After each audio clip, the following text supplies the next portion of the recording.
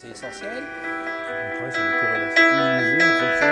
Recherche sans détection de Enseignant, Bonjour Guylaine de Chambine. Bonjour Bertrand. On va quand même parler de l'édition 2014. Oui. Dévoiler un petit peu quelques particularités de ce salon en 2014.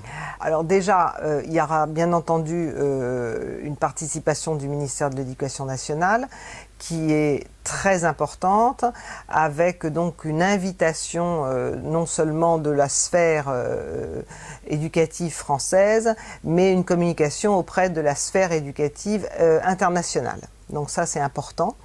Ensuite, il y a eu des consortiums qui ont gagné des projets récemment, l'année dernière, l'année d'avant, et ces consortiums, donc publics-privés, seront présents sur le salon, sur un village que met en place le ministère. Ça aussi, ça fait partie des démonstrations, et c'est plutôt intéressant pour le visiteur. Qui fait des conférences? Le ministère, bien sûr. Toutes les associations partenaires qui le souhaitent peuvent faire une conférence avec des intervenants de qualité sur une thématique qui sera complémentaire de celui d'à côté. En général, ça a beaucoup de succès. Les salles font environ 120 personnes et souvent elles sont pleines. Voilà. Donc c'est bien, ça prouve que les gens viennent sur ce salon pour son contenu et c'est ce que je demande. Voilà. Ensuite, vous avez donc des animations, donc on en a parlé, les trophées, qui récompense les collectivités. Donc ça, c'est vraiment pour amener un visitorat, je dirais pas nouveau, parce que ça fait maintenant 5 ans que les collectivités viennent, mais il faut qu'elles se l'approprient. C'est leur salon aussi, hein, tout autant que le salon des enseignants. Ensuite, vous avez bien entendu les plateformes qui vont montrer ce qui se passe, collège connecté, on en parle beaucoup, etc. 3D, bon, plein de choses, mais ça je laisse en effet le programme officiel annoncer ce qui se passera. Il y aura des petites surprises à droite à gauche, mais donc je préfère laisser la surprise aux visiteurs. Vos partenaires sont des institutions, mais également de nombreuses associations et la presse. Quelle est leur place dans votre démarche? Alors les associations ont une place très importante dans l'organisation d'Educatech Educatis, puisque je leur laisse, si vous voulez, la main mise sur une bonne partie du contenu.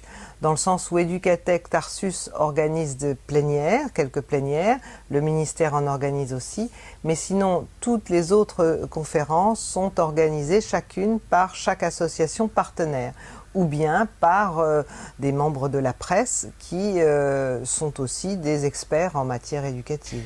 Parmi les associations qui mènent un partenariat avec vous, il y a une nouvelle cette année, c'est Educavox. Pourquoi? Tout à fait.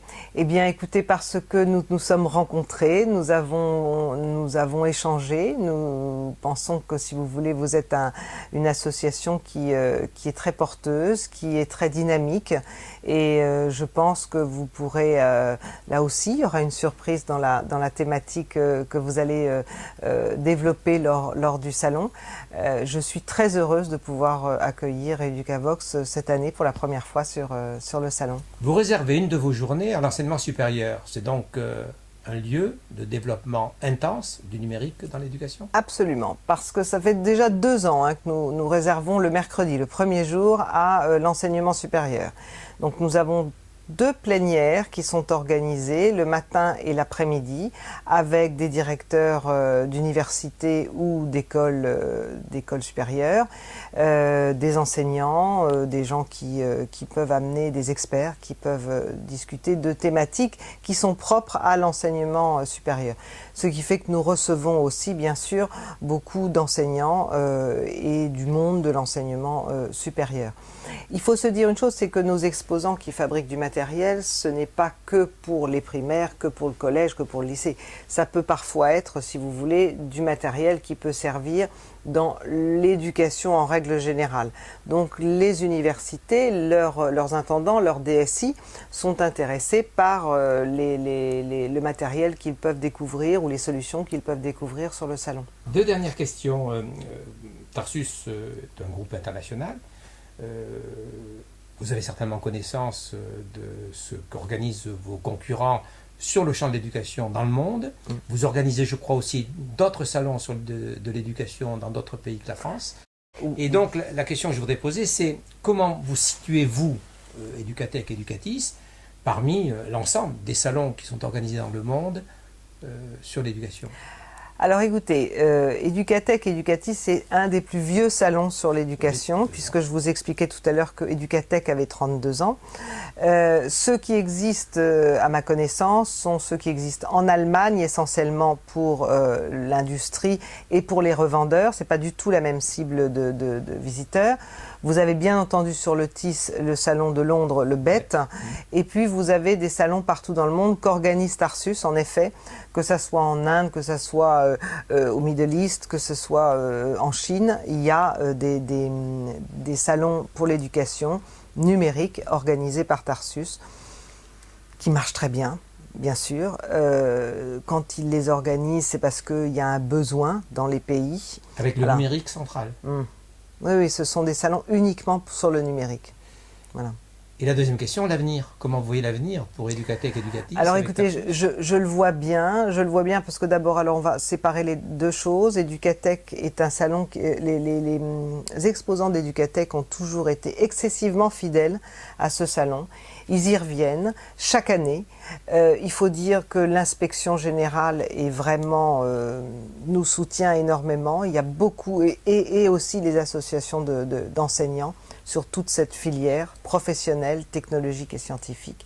Donc je les remercie. Donc oui, Educatech existera toujours. Educatis, à mon avis, aura un avenir en expansion, voilà, parce que, ben, écoutez, on l'a vu dans d'autres salons en Angleterre ou partout dans le monde, le numérique à l'école est maintenant incontournable, c'est devenu une politique prioritaire en France. Bon, nous sommes dans une période économique un petit peu chahutée.